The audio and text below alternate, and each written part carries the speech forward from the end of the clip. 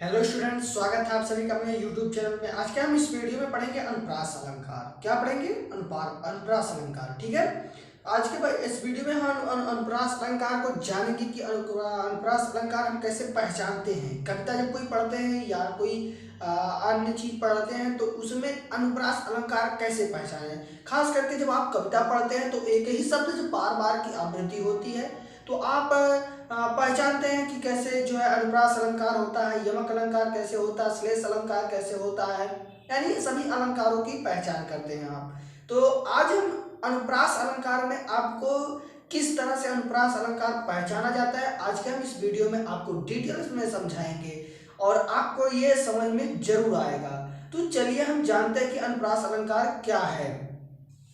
तो अनुप्रास अलंकार, देखिए अनुप्रास अलंकार की सबसे पहले हम जानते हैं कि जो है परिभाषा क्या होती है और अनुप्रास अलंकार का अर्थ क्या होता है। ठीक है। तो अनुप्रास अलंकार का अर्थ होता है अनुधन प्रास। अनुधन प्रास यानी दो वर्णों को मिलाकर के क्या बना है? अनुप्रास। क्या बना है? अनुप्रास।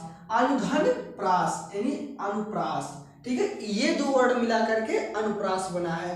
अब हम इनकी परिभाषा जानते हैं। तो वर्णों की आवृत्ति को अनुप्रास कहते हैं। वर्णों की आवृत्ति को अनुप्रास कहते हैं। देखिए यहां पर ये है शब्दालंकार। कौन सा है? शब्दालंकार। शब्दालंकार में भेद क्या है? अनुप्रास अलंकार। ठीक है।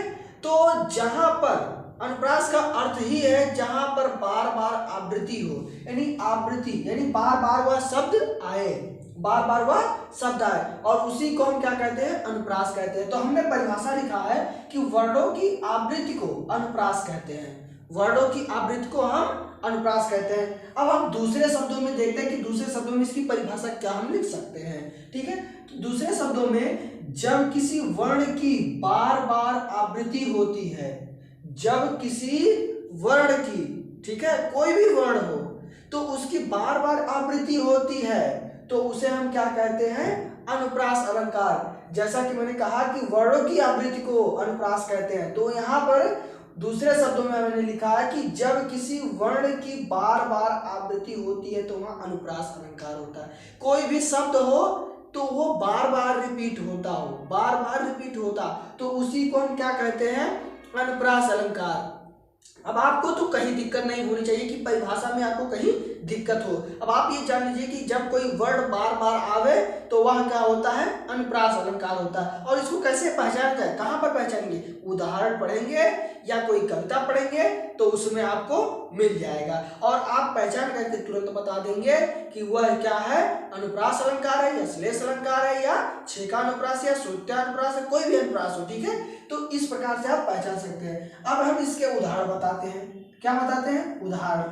उदाहरण हमारे क्या है? जन रंजन भंजन दनुज मनुज रूप सुर भूपा। यानी कह रहा है जन रंजन भंजन दनुज मनुज रूप सुर भूपा। ठीक है। तो यहां पर जा वर्ड की बार बार आवृत्ति हो रही है। कौन सी वर्ड की? जा वर्ड की। जन रंजन भंजन दनुज मनुज रूप सुर भूपा, यानी जा वर्ड की बार बार आवृत्ति हो रही है तो यह क्या हुआ?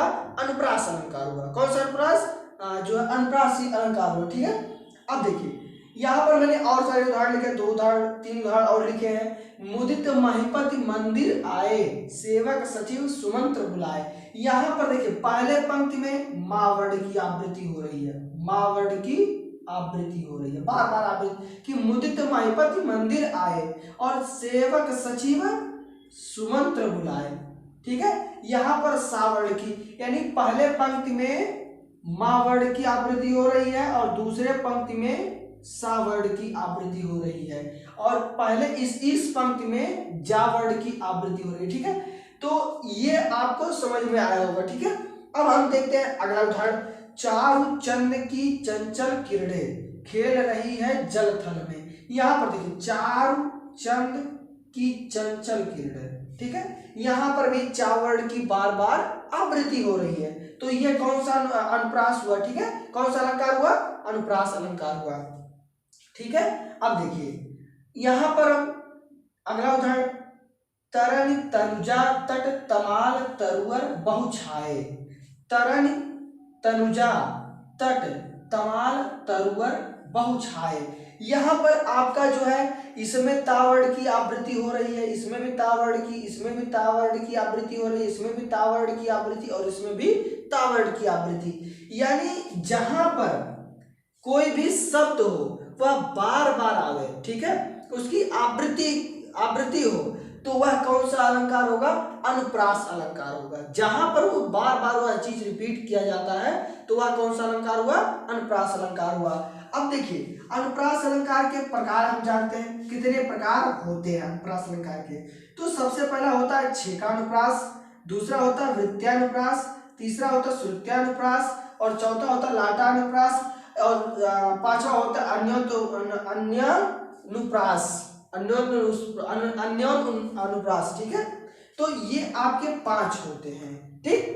अब ये जो होता है आप अनुप्रास अलंकार को एकदम बहुत ही डिटेल में आप समझ सकते हैं। आपको इसमें बिल्कुल दिमाग ही नहीं लगाना है, 1% का दिमाग नहीं लगाना है कि जो है अनुप्रास अलंकार किस तरह से किया जाता है, किस तरह से उसकी परिभाषा क्या होती है और किस तरह से उदाहरण समझा जाता है। आपको तनिक भर इसमें से दिक्कत नहीं होना चाहिए, क्योंकि इसमें एकदम सिंपल भाषा में बताया गया है कि जहां पर एक ही वर्ण की बार बार आवृत्ति होती है वहां पर अनुप्रास अलंकार होता है, ठीक है। क्या होता है? जहां पर बार बार एक ही वर्ण की आवृत्ति होती है तो वहां कौन सा अलंकार होता है? अनुप्रास अलंकार होता है। और उसका उदाहरण जाहिर सी बात है, मैंने आपको यहाँ से 3-4 उदाहरण 1 2 3 4 उदाहरण हमने बताया, इसमें से आप कोई भी लिख सकते हैं, कोई भी देख सकते हैं, ठीक है। और आपको जो पुराने कवि होते थे जैसे कबीरदास, रहीमदास और अन्य उदाहरण जो कवि होते थे वो लोग काफी अनुप्रास अलंकार का जो है उपयोग करते थे।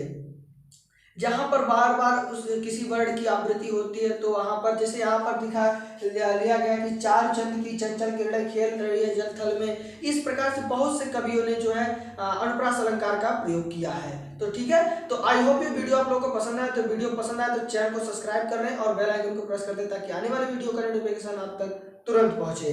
अब हम आपको ये बताने वाला है कि अब जो है अगले पॉइंट में हम आपको बताएंगे, इन सभी परिभाषाओं के साथ मिलेंगे, ठीक है। तो जय हिंद, जय Bharat, take care, bye bye.